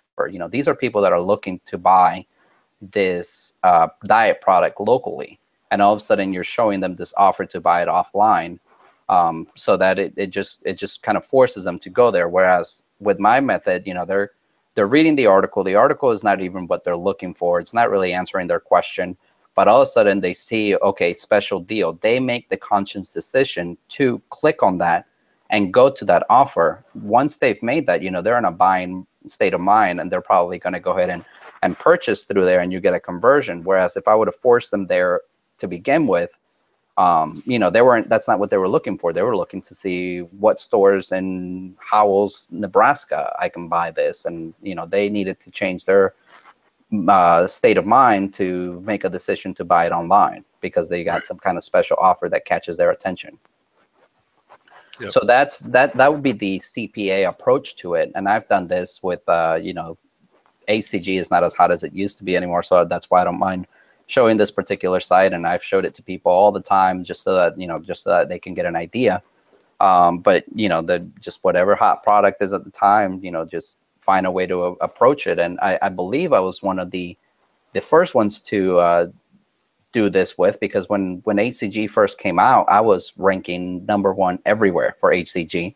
Now you've got quite a few sites doing it, and then Garcinia Cambodia came out, and tons of marketers hit it, at the local city level. So it's kind of a little bit harder, but there's always ways to get creative with it and maybe hit longer tails and, just find your way in there. Now, if this was a particular, let's say like a lead gen type site, so instead of having a, right on the sidebar, you could just have a way to collect the leads right in there, using contact form 7 or something like that. You can be collecting leads right off of it. Or if it's a local type client site, we just make sure that it has a nice header with a phone number, and you'll be able to collect, get phone calls for your clients. So the site setup itself doesn't change. It's just the keyword or the niche that you're targeting, and then how you make it look afterwards. That's the part that changes depending on the monetization method. But the site setup, that part doesn't change. And that's what allows me to really test out so many different niches, because I can just take whatever base setup I have, throw up an article, insert the city type stuff with it, and be done and have it live. And usually within a week or two, you're going to start getting traffic, sometimes even less than that. I've had sites where I'll create the site, especially if it's like on a pay-per-call type niche. I'll create the site, and by day 3 or 4, it's already generating phone calls, and I'm getting paid on those. So it's very quick, as long as you get some indexing stuff going on. And yeah, I think I noticed that we get some questions from people that have to do with, would you do this or would you do that? And I've held off asking you all of those questions, because what I'm hoping people have begun to realize by now is that this is a playground, and there aren't any hard and fast answers that apply to every single niche or nook and cranny. What's great about Surfshaker is that it makes it, for the cost of an $8 domain, you can have a go. You can test it out. And some sites they're just not going to work for whatever reason. It could be competition factors. Maybe you picked the wrong article. Maybe for whatever reason you just couldn't come up with a strategy.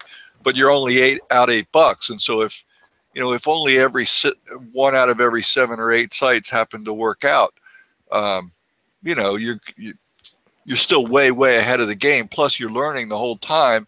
You're emphasizing things that you found to work, de-emphasizing things that don't appear to have worked, and so you're using the playground to improve your method over time. Yeah, little by little, you'll see what works for you. I mean, I'm showing you what works for me. This is what's worked for me for the longest. But there's guys now, just because they've been involved with it since back in Local Pages Ninja, that that I talk to, and I'm like, really, like they even surprise me with what they're doing because of ways that they found to apply things and how they've improved my methods.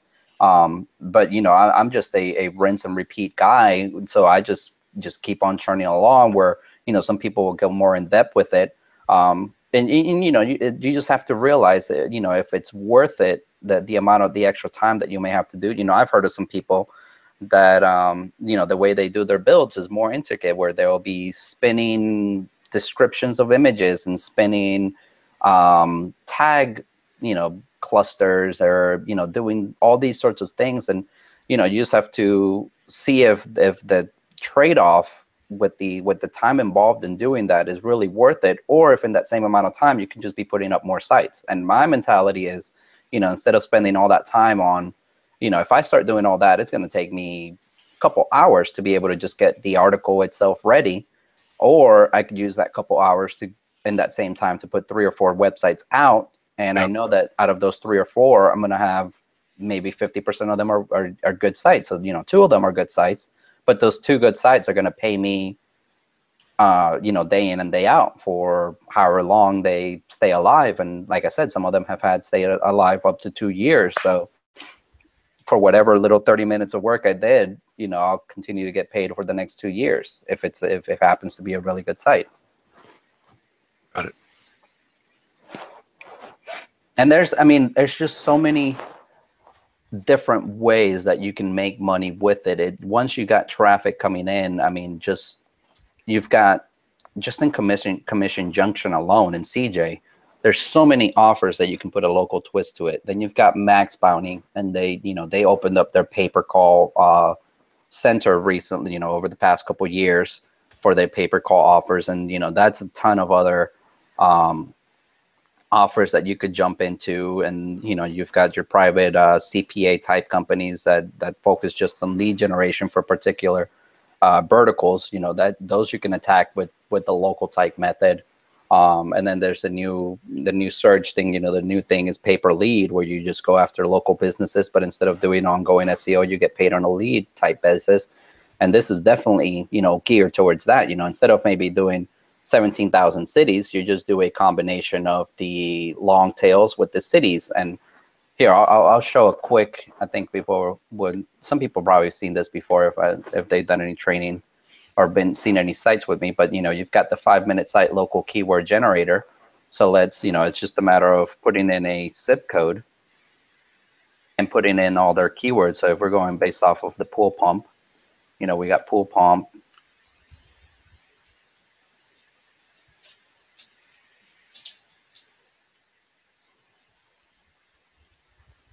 Get a list from some kind of keyword tool or something, but just to show an example. And we can generate, I didn't set a radius. Let's do a 25-mile radius.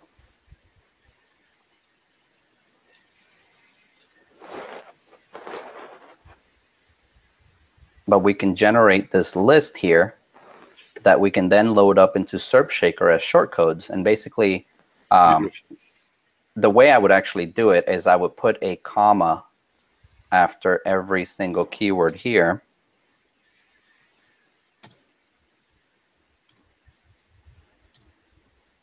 And then submit this so I can get the results. Then I would take all these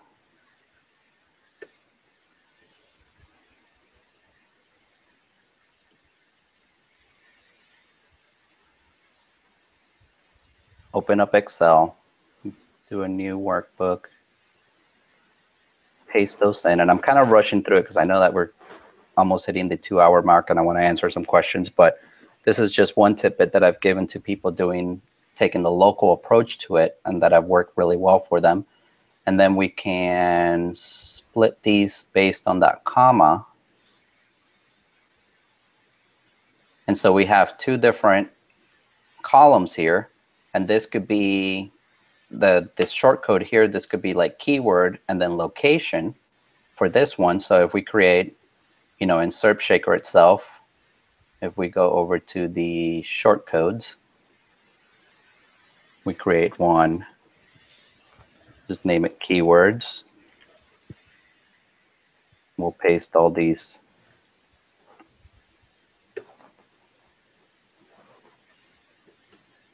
Whoops. And we'll do the same thing for location.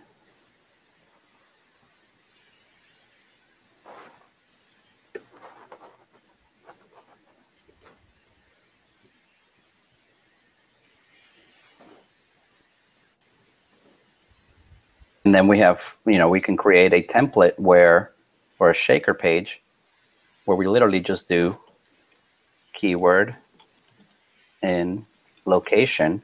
We find an article that's somewhat related to the main thing, and wherever that, wherever something like pool pump or whatever pops up, we'll just replace it with keyword and location. So then you end up with a combination of, I think it was like 400. Yeah, so you end up with 448 different combinations, but every single one of them is a unique post.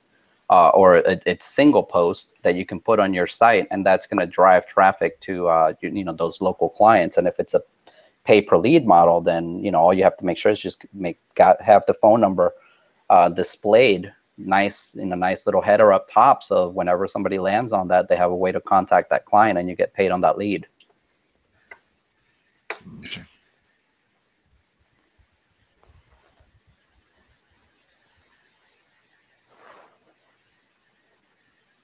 Okay. Andres, do you know do you know any themes that have an issue with SERPshaker?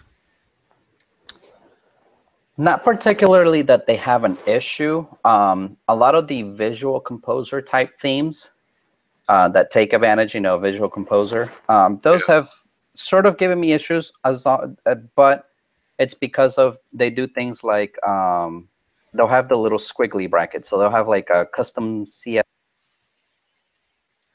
I think I worked with you on one of those themes where they had these little squiggly brackets, and Yeah. we just couldn't get it to work because the way SerpShaker interprets those is that it thinks that it's spun text. So if it sees any squiggly brackets, or it either thinks it's a shortcode or spun text. Now there are ways to make it work.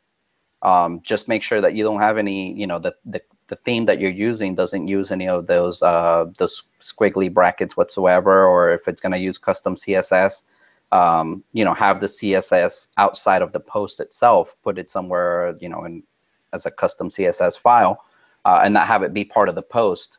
But as far as I know, it should work with most themes. And one of the things that I've done lately is just make the post page itself, especially if you're doing with local business type stuff, make the post page look like a homepage. Make it to where it looks like the header, the business information, and the header and everything is very prominent at the top, and the post itself is almost below the fold, so that whenever somebody lands on it, what they're looking for is the phone number or a way to submit a lead. That should be very prominent at the top if we're dealing with local business type stuff.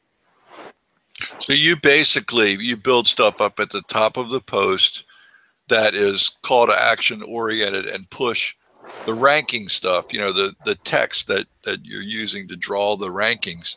You push that down the page so that it's kind of below the fold. Right. And you can get, somebody to make a theme that does that. You could have your content here like normal, but whenever it comes to displaying the post, this stuff will be pushed down, and up here would be some kind of header with a phone number and maybe a call to action type form. And then the actual content won't start maybe until like around here. So you've got all that real estate up there to kind of take advantage of. Yep.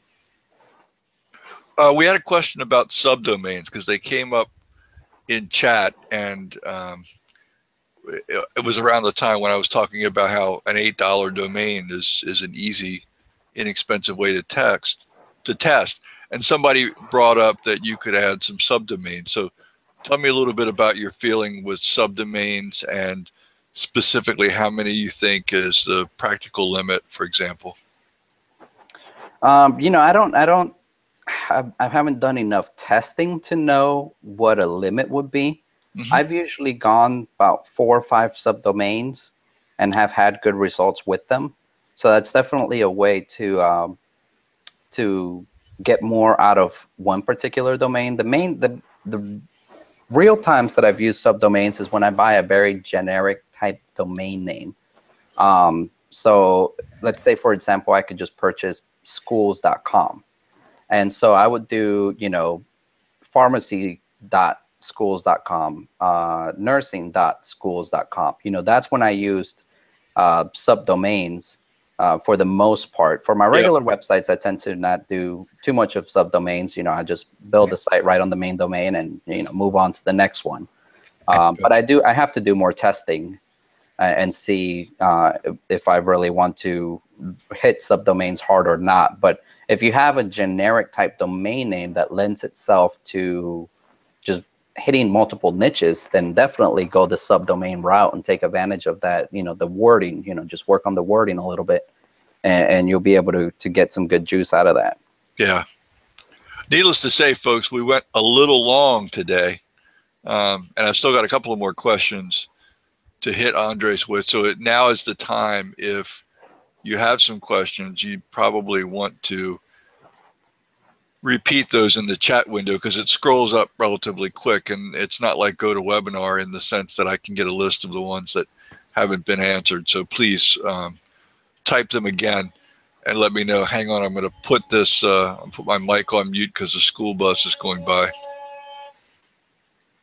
So while he's got that on mute, just I saw the chat earlier and saw some people that were saying that they, they were very interested in seeing about what I do regarding affiliate offers and all that. Just want to reiterate that the build process stays 100% the same. It's just how I make it look, how it's just, it really just a simple, don't overcomplicate. It's just as simple as throwing a banner code on there. Max Bounty gives you those. So you go into Max Bounty, find the offer, look into the creatives, you get a little banner code, drop it into the top of your post, and you can do that using SERP Shaker too. Like, let's say you've built out the site, you decide that you want to put a banner at the very top, then you go to SERP Shaker, you go to this shaker here, and we've got the option to prepend or append type stuff. So you would literally, in this prepend here, take the code, make sure you're in the text one, paste that code in there, and then you can just submit it, and it's going to go through in all the posts and add that little banner type code to the top of the post. And that's really just as simple as it is. Once the site's getting traffic, like I said, making money off of it is not very hard. It's just finding what method you're going to make money or which method's going to make you the most money. Because I've had some sites where on AdSense for the month, it might make me $30. And then all of a sudden I found an affiliate offer for it. I swapped out AdSense for the affiliate offer, and that same site with the same amount of traffic ended up making $900 for the month. So, you can make money off of it on AdSense, or find even something that makes even more sense for that particular niche and make even more money with it. So to start out of, I would recommend go ahead and give AdSense a shot. Get your feet wet with AdSense. Start learning the program, start making money with it. Start getting a feel for that passive daily income, that you can log in every day and see it just going up and up. But use it as a stepping stone and move on to even more profitable platforms like CPA and affiliate type stuff that's going to make you even more money, because the conversion is the price per conversion is higher. With AdSense, you get $1 a click. Where some CPA offers, you get $40 whenever it turns into a sale. So it just try to test it out and see what works better for you. Yeah, and I since I started however many days ago, I think it's like 9 or 10 days ago, but that's not the important part. I've probably put up 9 or 10 of these sites. It looks like I've put up 11, but remember, 4 of those went up last night, and I've made so far today $23.77 in AdSense on that bundle of sites. So, it's not much, but you got to understand, I'm still indexing. I'm definitely have got a lot of work to do to perfect my method. There are a number of things that Andres pointed out in this call that I haven't even been doing with my stuff. So it's just kind of cool to see that on a relatively small number of domains, you can begin making money pretty quickly. It really does work. Andres, drip feeding. I noticed that in most recent versions of the beta, you've introduced an ability to reach back in time and scale posts in as far, and also to go forward in time, so that I assume what it does is it schedules posts to sort of drip out. Tell me what your methodology is, what your thought process is, and maybe what you've found to be best practices. Okay, well, I can't take credit for that idea. Actually, there was a few members that I talked to that gave me the idea, because basically what they were doing is they were scheduling posts out into the future, just manipulating it. I forget how they were doing it, but they were doing something to where it would schedule out, let's say like something 365 days in advance. Some 500 posts a year in advance, so that it would just drip feed the content and it would keep the bots happy, keep them coming back. And it just seems like you were always getting fresh content. And basically the way that they were doing it is, we built out our post here. I believe it's got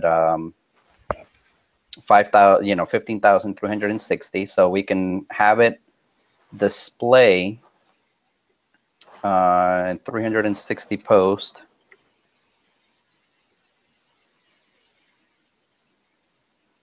And then we can just go to the very last one And this is just one of the methods. There's different ways to accomplish the same thing, but we go to this very last one here.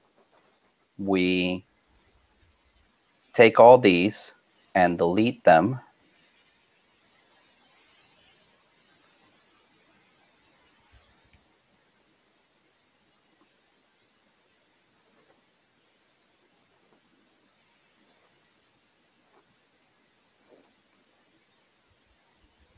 Actually, that's not what I wanted to. Well, let's go with these 240. So we've got these 240.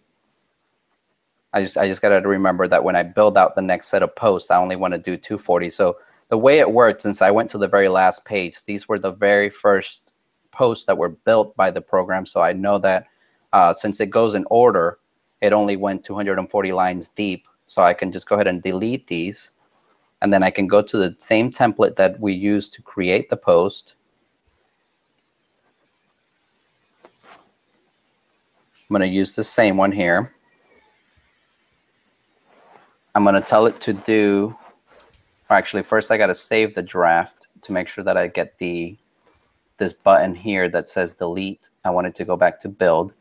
So I'm going to save, I'm going to tell it to do 240 posts, which was the number that I deleted. And I'm going to tell it to do it 365 days in the future. And I'm going to future date these. So I'm going to schedule out 240 posts for the next year.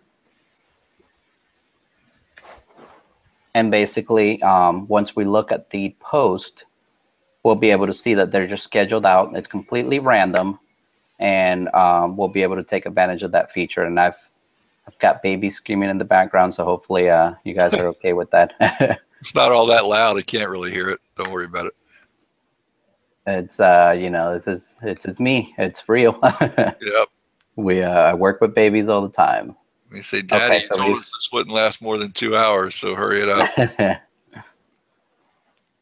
All right, so now we see that these, you know, it's scheduled out up until 2016 for the next year. This is going to continuously drip out these random posts, you know, this random content. Really awesome. And, you know, if you've got a good ping list loaded up into your, I believe it's the, where is the, I forget where you load up the ping list for. I haven't done it in a while for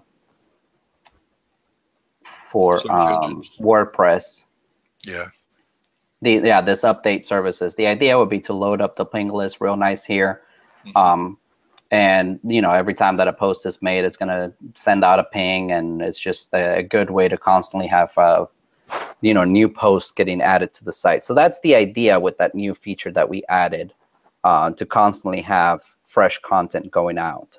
Got it. Oh, and also I wanted to tell folks, because you just passed over it, but I'm on your list. So when you did that promotion with Backlinks Indexer, you offered for those people who bought a plan, WP Refresh, and I thought it's not for sale, but you know, I'm going to definitely be twisting your arm when this is over with to put something together for the Black Hat community folks. Tell us a little bit about that and why you came up with that plugin.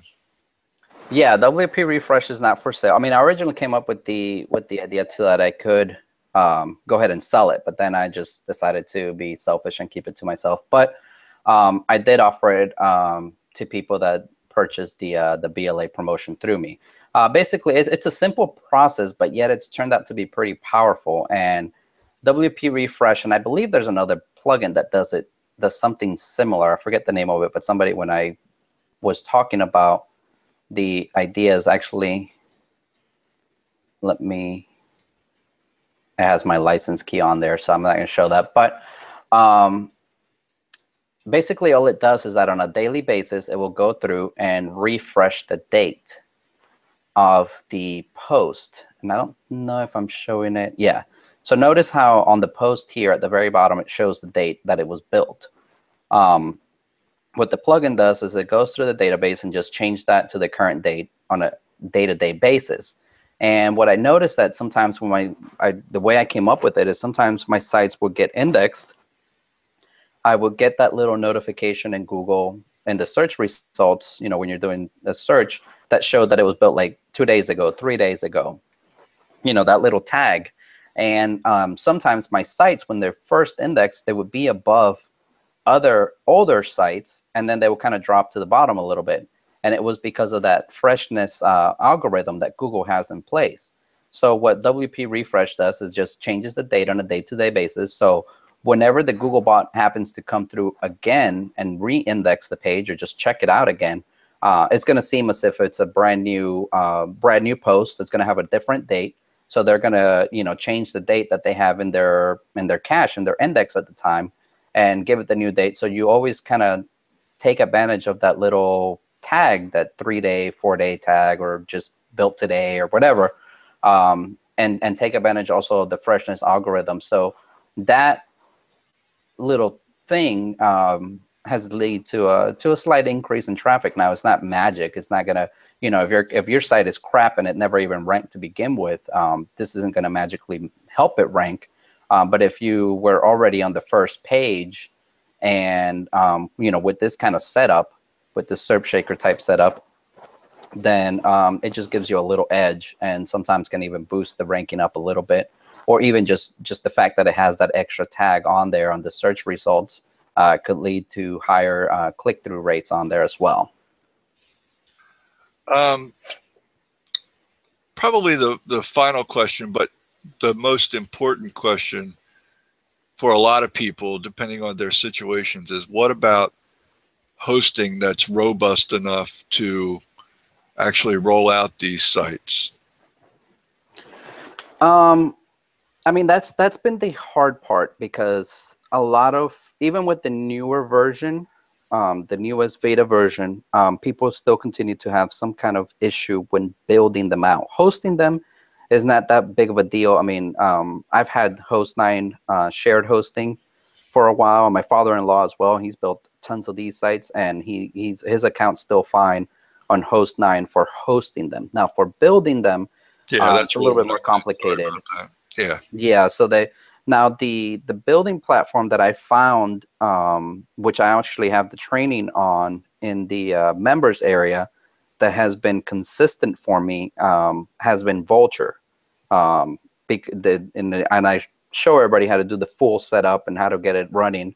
And basically the idea is you do your whole build, and then you use a plugin like Backup Buddy or a plugin like WP Sync to transfer that to a live domain. So you end up with a building platform and then a hosting platform.